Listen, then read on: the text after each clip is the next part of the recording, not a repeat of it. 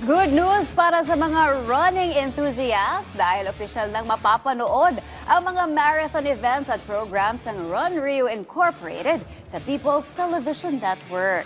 Yan ang ulat ni Teammate Jamaica Bayaka.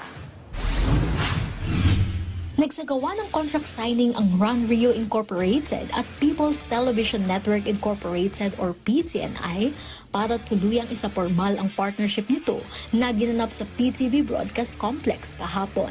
Nanguna sa contract signing si Rio de la Cruz, CEO President ng Run Rio, at Nicole de la Cruz, Vice President ng Run Rio. Kasama din sa events ang OIC ng Sports Network na si Regina Celestre at Attorney Robert O. Dolher, Network General Manager. I am glad that we are entering into this collaboration to be able to provide their platforms to showcase the kind of service or inspiration you're providing to the running populations.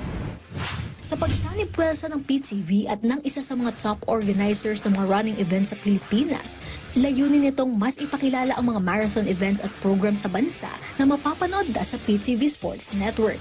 Ayon kay Rio de la Cruz at Nicole de la Cruz, malaking bagay ang partnership na ito para mas maraming aspiring runners ang maengganyo sa pagtakbo na makakatulong din sa kalusugan. Very excited kami sa partnership na ito dahil mabibigyan natin ng opportunity na mabigay yung information sa mga runners natin, not only in Metro Manila but nationwide. And meron tayong mga mahalagang mga races na pinopromote natin dahil ito ay makakapag-attract ng mga international runners.